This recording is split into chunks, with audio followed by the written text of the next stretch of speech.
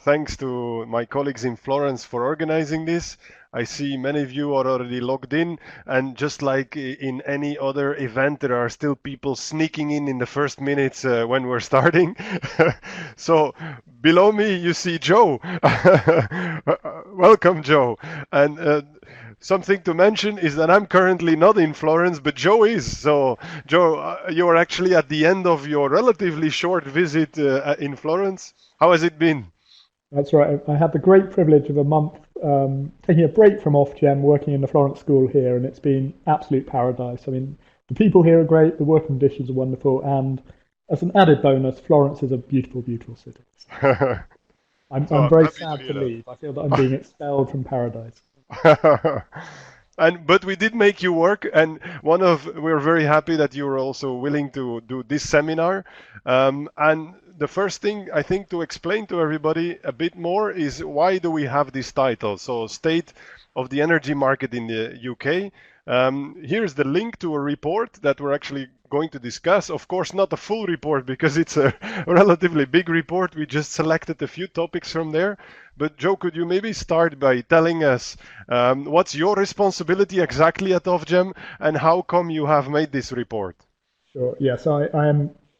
Everyone will be very relieved to know there are about 200 pages, I think, of the State of Market report, and I'm not planning to read them all out. But no, I am Chief Economist at Ofgem, which means I have responsibility for our overall analysis and our economic assessments in general. But that includes that we publish an annual report on how the energy sector is developing in Britain. And that report is now just published a third of those. It comes out of the Competition and Markets Authority, so our UK competition authorities assessment of the energy sector, where they said that one of the problems with the sector was there wasn't enough independent, neutral, reliable information about how the sector was working, and that's what this report tried. Okay. And is it the first edition, the second, the third? Yeah, so this is the third edition. We think it's like a fine wine. It's maturing each year, getting better each time, I guess. And in particular this year, and we will talk about this more later, I think, but this year we cover energy networks for the first time. So we Okay. are trying to expand the coverage of the report over. Okay, great. So let's jump into one of the topics we wanted to discuss, retail price cap. And I would like to tell to everybody that we have prepared two topics to discuss. We will end with an open Q&A, but if during our discussion of these two prepared topics you have clarification questions or a follow-up question for Joe, feel free to use this Q&A chat box you have there below where everybody's saying welcome and hello, but you can also use it to post questions for us. And if they are really connected to the topic we're discussing, I'll pick them up immediately. If not, I will reserve them for the end. But as part of the interaction with you on this retail price cap, I also wanted to first ask you a question. So I have a statement here. Retail price caps are actually out of fashion in the EU, but are making a surprising comeback in the UK. Do you agree with that statement? Do you disagree because the first part is not correct? Do you disagree because the second part of my statement is not correct? Or do you disagree with both parts of this statement? And then I'll ask Joe what he thinks about it. And we just give you some time for voting before we show you the results. And here you already have the results. Some people still are doubting to vote, but we already have some that are agreeing with this, and yeah, yeah, no, but a bit more are disagreeing with the second part of the statement. So we can go back to the slides. Joe, what's your view on this?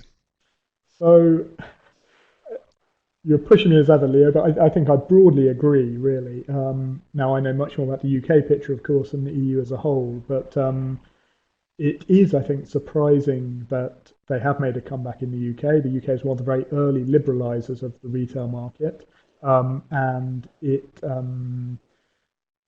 a sense that competition would produce benefits for all consumers. But frankly, there was an emergence in the UK of a two-tier market whereby some consumers were paying much more, maybe 20, even 30% more than others for the same amount of energy. And that was one of the causes for lots of political pressure for introducing retail price caps. The Conservative government, while their big legislative achievements was bringing in retail price caps, and those came in at the start of this year. And I think I will try and use the technology. I've got a few slides that just show some of this dynamic in practice. And I'm sorry, there's a lot of detail on this slide, but people can see perhaps the orange line, which is essentially what the big firms were charging as their average default tariffs, and then look at that dotted blue line or the dashed blue line, which is what smaller firms were charging as fixed term tariffs. What you can see is that there was a big divergence between those before 2019. So people may be paying £200 or more if they were on the default tariffs. The price cap came in at the start of 2019. And one of the things that that I think is very interesting in the price cap in the UK is that it hasn't led, at least so far, to just a collapse in competition. So you have seen the price cap come in, and prices, certainly that orange line initially came down, it's gone back up as wholesale prices have increased. But you still see quite a lot of firms offering cheaper tariffs, and that blue line is still quite low. So in some ways, if you're thinking about this from a politician's perspective, for instance, you might think you've got the best of both worlds, which you're managing to put a cap on those very high prices, but you still have quite a lot of competition under the level of that cap. And the second slide really just, I suppose, reinforces that point, that actually switching rates are still relatively high in the UK. They're among the highest in the EU, and around 20% of people switch each year on an annual basis, switch their energy suppliers. And that, if anything, has only increased since the tariff cap came in. Now, what we have seen in the UK market, or the British market, is that some smaller firms have been exiting the market. So again, I'm sorry that this is quite a detailed chart, but if you see the yellow bars which are below the line there, those are suppliers that have exited the market. We have seen some of those, particularly around the introduction of the price cap, but also before last year as well, some firms exiting. But notwithstanding that, we still see that concentration in the market has continued to fall. So that means that a standard measure of competition in the market has actually continued to improve over time. That's those blue and black lines, which the reason they've continued to fall despite some supplier exits is that the medium-sized firms are growing, and the old, large, formerly monopoly firms have actually shrunk in size over that time. So overall, and it's still very early days, I would stress, but overall, the early evidence of the price cap is that it's actually worked. Could you maybe explain also some of the basics, because I don't know if everybody knows how you have implemented this cap. What kind of a cap is it? Is it because do you think that it's a cap that has been designed in a better way that has allowed this, Yeah, it's a very good question. Sorry, Leo. The dilemma of being a chief economist is you spend all your time getting into very detailed technical discussions and then forget to explain the basics of how it's set up. So the retail price cap is set up essentially based on our assessment of the efficient costs of a supplier, a typical supplier. So we have gone through cost data for typical suppliers at a typical level of consumption and worked out what we think is an efficient cost level for those suppliers. And on that basis, we've set the level of the cap. And in practice, the cap is actually two parts. So it sets a cap on the level of the standing charge, the sort of annual charge that consumers have to pay. Then it also sets a cap on the per unit charge, so the price you have to pay per therm of gas or per kilowatt hour of electricity. And that together means that there's a cap for all consumers, essentially, on what they can pay on default tariffs. If people choose to pay more through fixed term tariffs, they still can, but their default tariffs are capped. And maybe if I just go back to the first chart, which shows this, this is the average price that people would pay at a typical consumption. So obviously, if you're paying more, you'll pay more, but if you're paying less, you'll pay less. And what does this? I suppose there are at least a couple of features of the cap that mean that it might, we would hope, still work to promote competition. One is that we do have some headroom in the cap. So as well as that assessment of what efficient costs are, we have a little bit of headroom on top of that, which is partly to acknowledge that people have different business models, partly to acknowledge, frankly, we might have got some things wrong, so we want to provide a bit of space for that. Um, but secondly, as well, it's a sort of typically efficient company that we're assessing this on the basis of. So if you are clearly a very efficient company, very new business model, very lower cost debt business model, then you might still find that you can charge significantly below the cap. Um, I would say though that it's probably still a bit early to say on how the market will develop over time.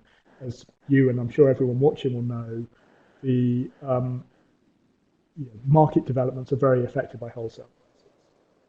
And we have had lots of competition over the last few months and a big gap between the lower and the higher prices.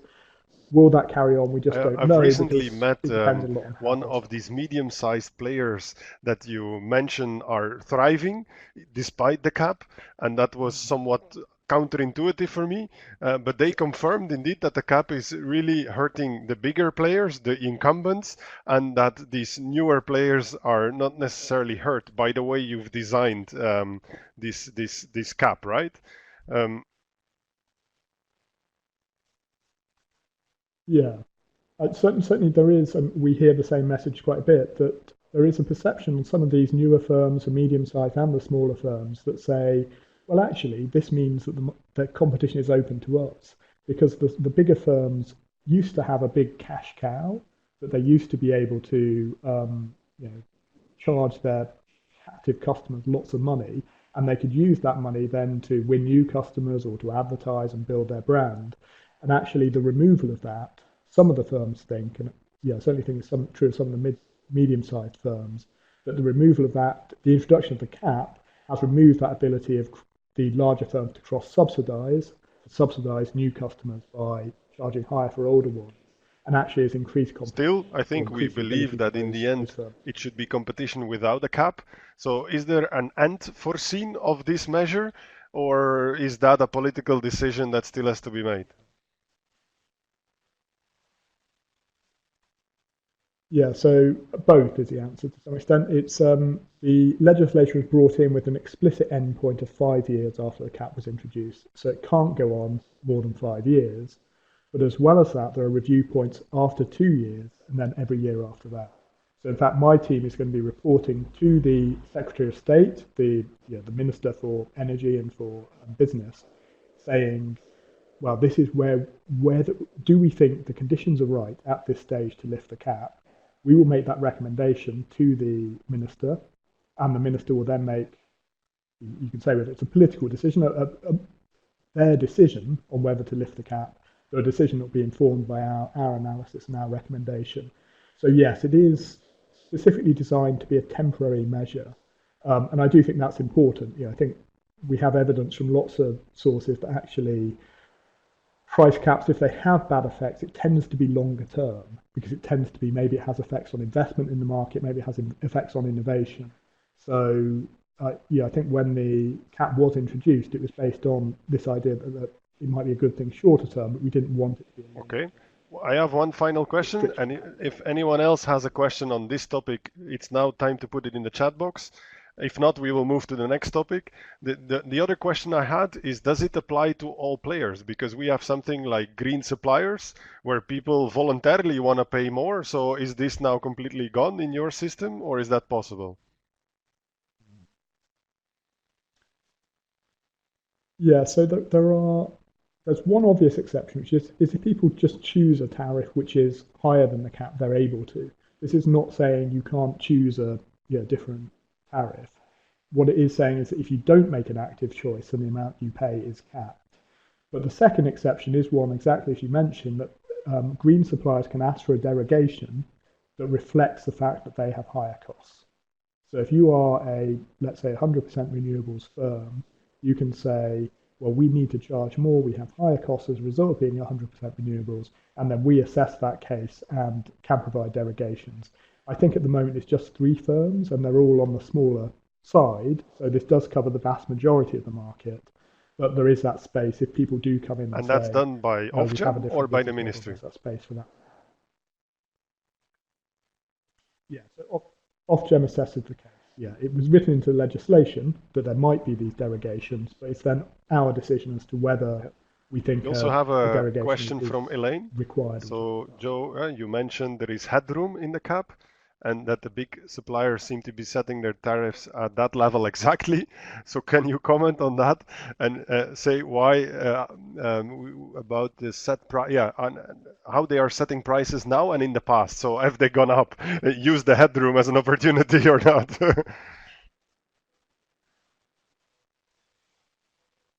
Yeah, so I think, well, so a starting point, and I need to go a little bit back in the history on this. When the Competition and Markets Authority assessed the UK market, they said that the big firms were very inefficient. That part of the problem in the market, part of the problem was that they were making too high profits, but also part of the problem was that they were actually just too inefficient. Um, and we, in line with that assessment, in our work, set quite a reasonably strong efficiency challenge. And we also recognise that the big suppliers probably aren't going to get to the efficient frontier overnight. So, I think that there's various reasons. You need to ask the suppliers themselves what they think of as their pricing strategies. But certainly a big part of it, I suspect, is that they still haven't really got to that efficient level where we set the cap, and so they are using that Okay, headroom thank you. We also have in two their pricing questions strategy. from Ivan. One question is on long-term effect on consumer engagement. And the other question involves an acronym that I do not know, but I'm pretty sure you know, Joe. I do know the acronym. Yes. Yeah. I will try and explain it as we go through. So the first question is on what the effect on consumer engagement will be. Now, the chart I've got up here, which is switching rates, which is one measure of engagement. Obviously, there's other things that consumers we might want them to engage with the energy market on, other than just switching. But equally, there is a relationship between switching and wider engagement. And as you can see, so far, switching rates have actually increased, if anything, since the cap came in. Our expectation, I signed off on this impact assessment, the assessment of what we think the policy would, the effects of policy would have. Our assessment was, well, actually, switching rates would probably fall quite a lot. Maybe up to 50%, but certainly maybe 20, 30%. They may fall as a result of the cap coming in. Um, well, economists never make good predictions, and that might be one way. And we didn't make a good prediction, or at least so far. As I say, it's still quite early. Um, I think over time, the worry at least is that the fact that consumers know that their prices are capped, that even if they don't engage with the market, they know they won't have to pay too high a price, could lead to consumer switching off. We haven't seen that yet, but it could lead. Now, the second question was on our solar regime. So that's a supplier of last resort regime. And I said that some companies had exited the market, relatively small numbers, but those yellow bars on the chart here. Um, and quite a few of those have exited, not via just a normal, say, commercial sale or close down, but they've essentially gone bankrupt, and then we've had to find another supplier to service those customers, and that's where we have the supplier last resort regime. So it's essentially designed to ensure that customers can get support, can still get continued supply, even if their existing supply goes we have already made some reforms to the licensing regime, which are designed essentially to reduce the risk that firms will go bankrupt, perhaps due to just being badly run, perhaps, or perhaps due to, let's say, you know,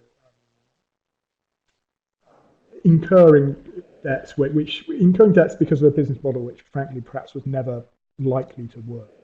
Um, and so we have changed the licensing regime. The supplier of last resort regime, we do think that something of this is needed.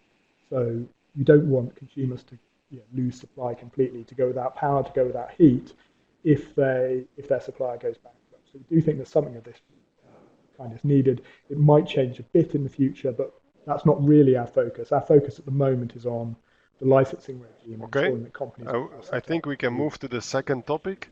Rio, so another nice acronym that maybe not everybody knows, but it's basically referring to the incentive regulation scheme you have for networks in the UK. And also on that one, I wanted to kick off by, again, with a statement. So Rio works well for DSOs, TSOs, and customers, and maybe it's a model to follow on the continent. So, dear participants, do you agree with that or you disagree because you think it doesn't work well for DSOs and TSOs? Maybe you disagree because it doesn't work well for customers, or you disagree with maybe only the last part. It's fine for the UK, but that doesn't mean it will work well in other countries. So I'll let you vote again. We can launch the voting. Here we go.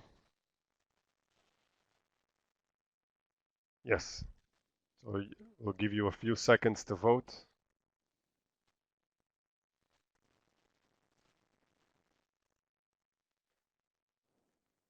We see you nicely split, almost 50-50 between agree or agree but for the UK.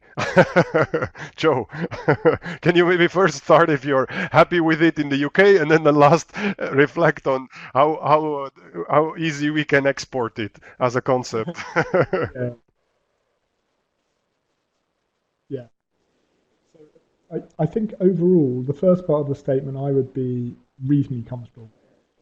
I'll give some nuance on that in a moment, but the second one, yeah, I think there are open questions as to whether it's appropriate more broadly. Um, so I'm trying to remember. I'm feeling very guilty for this. I've clearly been too long in Florence. I can't fully remember the acronym myself. I think it's revenue equals innovation plus incentives plus output. Yeah, don't quote me on this. But the idea on this is that the Rio model, relative to a standard price control approach, is essentially trying to incentivize things like innovation and also outputs on behalf of consumers. And the motivation for that was that the RPIX regime, which is what we had before and which quite a lot of companies, quite a lot of countries rather, had also adopted, was seen as very impressive at keeping down prices, which is really important, clearly, but not quite so good at encouraging innovation, encouraging good performance on behalf of consumers. And that was really the big reason for the change we made with Rio about 5 years ago. Um, and overall, there's some really good features, I think, of the Rio regime. And this is something we're particularly proud of, but there's other examples as well that interruptions and minutes lost have really declined quite dramatically under the Rio regime. There have been improvements before that as well, but have improved more rapidly since we introduced Rio and the on the distribution side, and now we have one of the lowest rates of interruptions in the world, I think. And also good news as well that customer satisfaction has improved. And I think one of the dynamics we felt happened under RPI minus X was that companies saw their customers as the regulator. You know, they had big teams and very high paid people whose job was basically to convince the regulator, convince Ofgem they're doing a good job. Ofgem, please give us some money, which is fine, okay. But I like having people, lobbying me or whatever. I can live without it, to be honest. But, I can also cope with it. But what we really want is companies to concentrate on what their customers want and to be focused on customer outcomes and customer satisfaction. And we have seen, again, a pretty dramatic improvement in customer satisfaction scores for both the electric and gas distribution over the time of the Rio price control.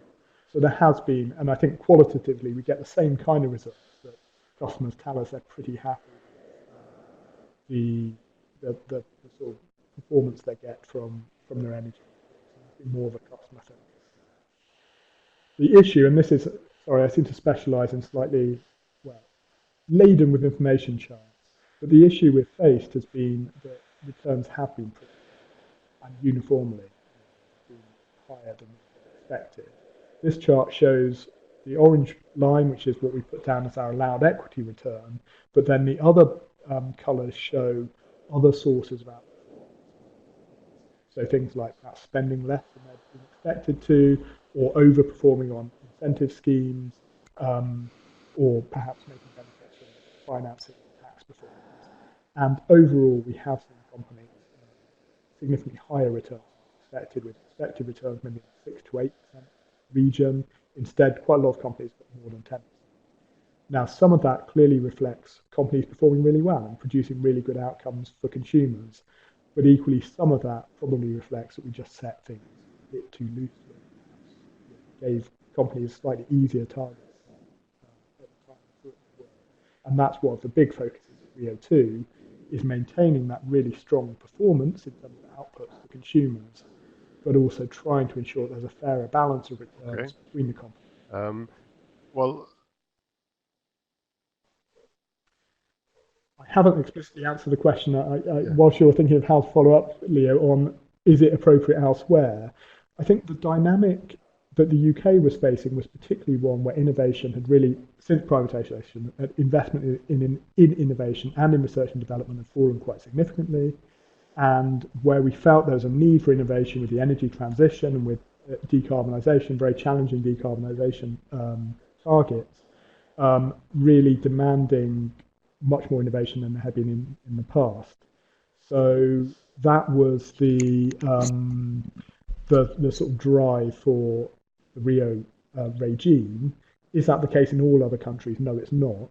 Is it the case in quite a lot of other countries? Yes, I think it is. So Okay. it is perhaps So some features I think the Rio scheme, at least for regulatory academic experts like myself, we were all like very excited about it because it contains everything that we would like to see in a very sophisticated scheme. As you said, it covers this innovation element. It covers a new type of incentives for TOTEX, which was still quite new as a concept, and it contains that output element. What we often say in our academic work is that this sophistication, which you would like to see in principle, also means some complexity for the regulatory authority to handle, and that then you need enough resources and skills to actually handle it.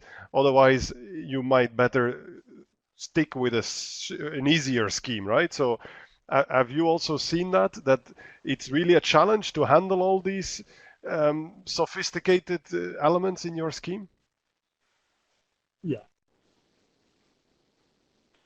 yeah. So I think every regulator, every time they do a price control, says, well, one of our objectives for this price control is to make things simpler. It was just a bit too complicated last time, so we want to make it simpler. And every time it gets bigger and bigger, and the number of documents expand and expand. We are still hoping this time to make it simpler, but yeah, I do think it is a real challenge that you can put in, as we put in, sophisticated incentives that say, okay, you get paid a bit more if you have fewer customer interruptions or if customers are more satisfied. And that's good. That does produce good results, we found. But the trade-off there is one that just needs more resource for the regulator to police that and to analyse that and to assess how well they're doing. And two, it's just much more difficult to explain to the outside world how this works. If you've got something like an RPIX scheme where you say prices are going to go up with inflation, there's going to be an efficiency factor, that's it. With Rio, it's much more difficult, and I do quite a lot of public presentations of these, and colleagues do even more. It is much more difficult to get across the message of what we're trying to do with it. And that does, I think, affect to some extent the legitimacy of the regime as well, because if people can't understand what we're trying to do, then clearly that's a problem.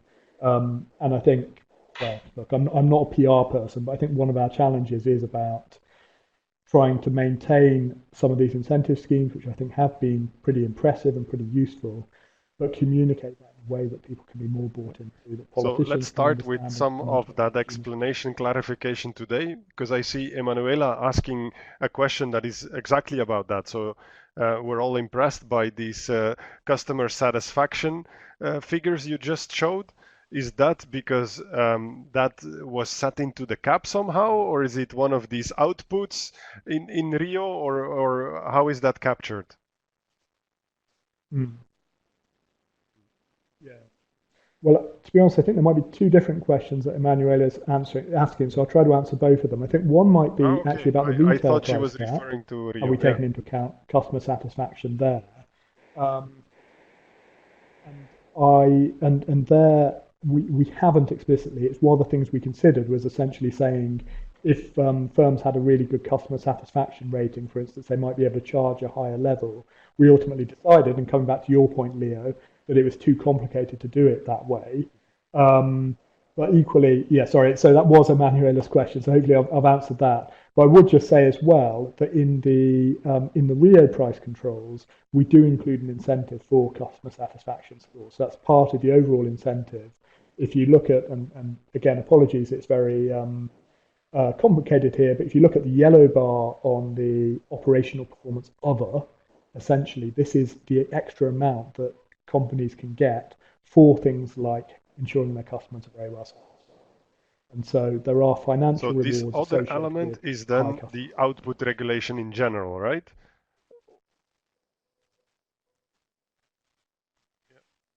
Yeah, so there's quite a bit going on under that. So that's yeah, the breakdown is broadly the purple, which is TOTEX, is how much firms are getting for underspending essentially.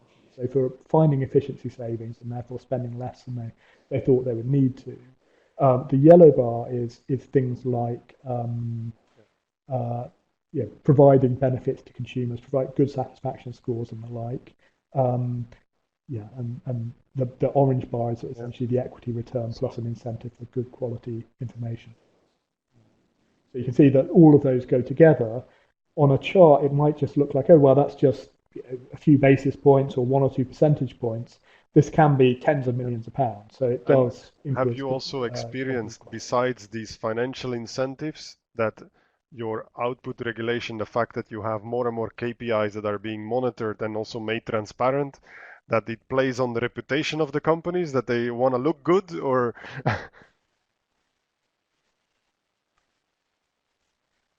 Yeah, I think it has happened a bit. It's one of the elements we really wanted to get in right when we set up Rio was a sense of companies competing with each other for not necessarily for money, but for reputation and for some sort of public perception. And it happened a bit. I think one of the issues we face though with energy networks, and it is a bit different again from some other countries, where the energy networks don't have any retail involvement and don't have any direct contact with customers. And so, I think if you have a story that says, for instance, oh, SSE has performed much better on this incentive than Scottish Power or something like that, it's quite difficult for consumers to engage with that because they may not even think about SSE or Scottish Power, or certainly actually some of those do have retail arms, but so the ones without retail arms, they may just not think about them at all, and so it's a bit harder to get that reputational incentive. But it okay. probably has had some Let's pick up effect, a but we few haven't got questions very from firm the evidence chat on box. So we have Daniel observing that customer satisfaction is higher in gas than in electricity. Is that so? And do you have an idea why?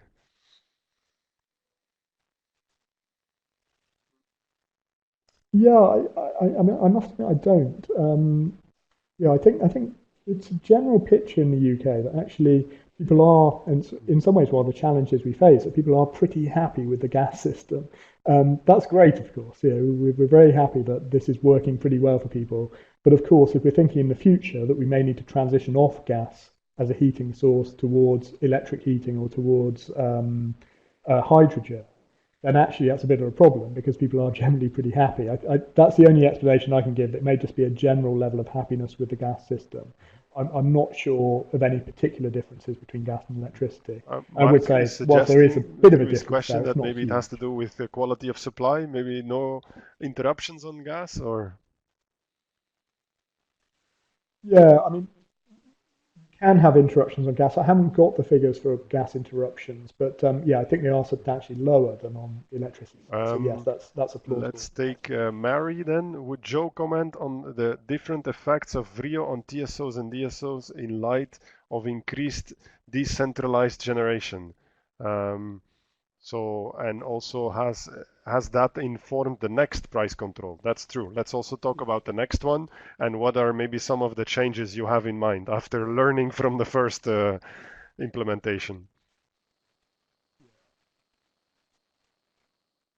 Yeah, so I think it's a very good question. It's one that we and I think other regulators are grappling with, which is essentially moving away from a model where you had big centralized power generation going down very big transmission networks to distribution networks and then to final consumers Instead, we, like other countries, have lots of wind farms, lots of solar, lots of other decentralized generation assets, also storage as well, um, which is connecting at the distribution level and then sometimes not going through the transmission networks at all. And I think that, well, there's at least two challenges for us with that. One is the general role of the system operator. So, can you make sure that the system operator is responding to these developments at a decentralized level, is able to pick up on those and respond optimally to those to protect consumers? And we saw people will be aware of some of the power outages that the UK had in August, quite major power outages at the transmission level. And there are a variety of factors behind that, but part of it is the difficulty of running the system in a more decentralized structure. So there's that overall question, but then there's a more specific question for the distribution networks, the DNOs, about whether they are prepared and able to manage the system to take on more of that system operator role. And yes, so both of those aspects are informing our price control. We are trying to get, firstly, companies to take more of a whole system approach. Secondly, for DNOs to think more of themselves as DSOs, to act more in the towards the benefits of the system as a whole. And thirdly, we now have an independent system operator on the electricity side. So we're incentivizing that system operator separately from the transmission owners. So all of those are things we're trying to do there. Do we have the perfect answer? Probably not. So it's something we will keep working on. Mark likes to know a bit more on how you reward innovation. Is it a bonus system? Is it a system with a fixed budget? Yeah, so we have the main way we reward innovation is by a network innovation. We have a network innovation competition, essentially. So we have the ability for firms to put forward their proposals and then receive funding on the basis of the innovative projects they're launching, with the expectation that the results from that will be shared. So the quid pro quo is that, yes, you get some funding and essentially you can carry out innovation without it hitting your bottom line in terms of the costs of it. But the quid pro quo is that those innovations that you achieve as a result must be shared across the sector as a whole. And that's been reasonably successful. We had an evaluation of our innovation funding which found very high returns on that investment. It was leading to really big benefits to consumers. But one of the things we are thinking about for RIIO-2 is trying to focus that innovation funding more on decarbonisation specifically. So at the moment, it's more general innovation pot. We're thinking about encouraging companies to focus on, for instance, the challenges of hydrogen, possibly to replace gas, or the challenges of managing a more decentralized. You already touched upon it. You said that it's good to give incentives and bonus for good behavior, but if the overall returns of too many of these companies are quite high, then you start questioning whether you set the targets right. So is there any thought on how you could deal with that in the second period? Yeah, so I think the answer we sometimes get from people, and it's quite a good answer, is, well, okay, you didn't set the targets right, just set them right this time. And of course, that's what we're trying to do. But equally, that is what we tried to do at RIIO-1, but clearly we didn't quite get it right. So yeah, we are trying to set the incentives right, and we are gathering evidence. And one of the advantages of doing this the second time is that there's more evidence and better evidence as to how to set those incentives. But we are also considering what we call return adjustment mechanisms, which are designed to mean that if we do get it very wrong, and let's say if lots of companies do outperform, then some of that money comes back to customers, and increasingly more as you get towards very high levels of returns. And that can work both ways, I should say. So we haven't so far, but we could get it wrong in just setting much too hard incentives for companies. And in that case, actually, they wouldn't suffer such a profit loss So you keep as all a the result of a return adjustment. So that's one of the elements incentives, we're thinking to essentially to balance So you would returns keep all the across incentives, but companies have and a floor and a consumers. cap on the return on equity. That's one of the options. Yeah, Yeah, yeah. it's unlikely to be an absolute floor or cap. I must admit I can't remember exactly where we reached to in our discussions here, but it's more likely to be that you'd get increasing levels of yeah. So you might initially keep 50% of outperformance, whilst over time, yeah, if you get to very high levels of And outperformance, can you you only say a keep few words 20%. more on your experience with TOTEX? Because in all European discussions on smart grids and innovation, we're always saying, overemphasizing capex remuneration leads to distortions, and the solution is TOTEX. But it's easier said than done. You've tried it. There have not been many regulators that tried it. So what's the experience with that? So I think overall we're very positive, and I think the initial question was it should be applied elsewhere, and I certainly don't think you could just lift the Rio model and apply it to other countries. But actually, this is one of those where I do think probably most countries at least should be moving in this direction. And the problem we're trying to solve, as you say, is one that lots of other Yeah. countries also had, which was a capital bias, where companies thought, well, we get more rewarded for capital investments, so we'll just build some new kit. And so we ended up with more kit than we really needed when there might have been operational solutions that would be much cheaper. And I haven't got a chart on this here, but we have seen companies really doing quite a lot more to find um, OPEX solutions and operational solutions to problems. So I visited, well, we visited actually as a board a few months ago, a electric vehicle bus garage in London, which has a big extra load on the grid, which traditionally the distribution network would just have said, well, we're going to build a big new set of infrastructure to feed that. And instead, and partly influenced by the TOTEX regime, what they did is implement a much more smart charging approach, whereby the buses are being charged overnight and the extra impact on the grid is pretty limited. Um, Now, there are some issues with this. I mean, there are implementation questions. It's not straightforward to do, and we need to make sure that we don't introduce a bias almost accidentally between OPEX and CAPEX. Um, it's also the there are also at least fears that maybe it could go too far the other way, that you lead to people not investing enough for the future and only finding OPEX solutions. So, it's not a silver bullet, but I do Okay. think it's been a pretty Great. positive experience for Um, us.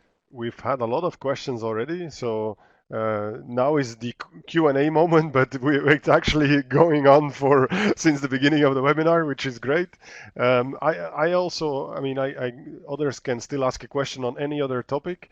I had one myself. I mean, your government is going to has this net zero target. How do you see Yeah. that and your role as a regulator in facilitating that? Yeah, so it's a very good question, Leo, because well, I think, as you know, that's one of the main things actually I've been working on here. But almost alongside my day job of being chief economist, I am responsible for our decarbonisation strategy and work, and it is one of the biggest challenges clearly that humanity faces overall, but also the UK in terms of getting towards net zero. Um, there's a lot we can potentially do there. So some of it is getting the basics right. It's things like ensuring that the charging system isn't privileging, let's say, gas or high carbon investments over low carbon investments, and encouraging flexibility. Things like time of use tariffs to ensure that the costs of decarbonisation are as low as possible. But there are some more difficult questions which we're grappling with, like others, about whether to build out a big rapid charging network, for instance, for electric vehicles, or whether to provide more support to things like heat pumps and other sort of electrification of heat options. And I've also mentioned some of our work on hydrogen, uh, the potential of hydrogen to replace gas for heating. So yes, there's a lot of possibilities there. I would say, to be honest, that we're probably still at fairly early stages. We've done a lot on decarbonisation of the power sector, and that's been great. And yeah, there's lots of boasting I can do about things like the offshore transmission regime, which I think has been pretty good in the UK. But if you look at other sectors, particularly looking at heat and And also transport, highly there's a lot relevant more for room the to go. European debate because that's exactly what we expect as part of the Green Deal announced by von der Leyen, a new commission, right? So, in conclusion, on the net zero, you will Yeah. do a lot of work. Then you will come back to Florence and we will reorganize this webinar with the same group of participants and anyone else that is willing to join. We're out of time, Joe. It flew by. I you know, Yeah. I will take that as a firm offer. I will be back anytime you like to do this. Very interesting. And thank you to everybody for Yes, the and our questions as colleagues well. I already thought they were really answered interesting. that we can of course share the slides, and you've seen at the very beginning there is also a link to the report that these pictures that Joe was using are taken from. So if you really want to know the details, I really invite you to read that report because it is a really great report. Thank you, Joe. Thank you all. Ciao, ciao. Thank you.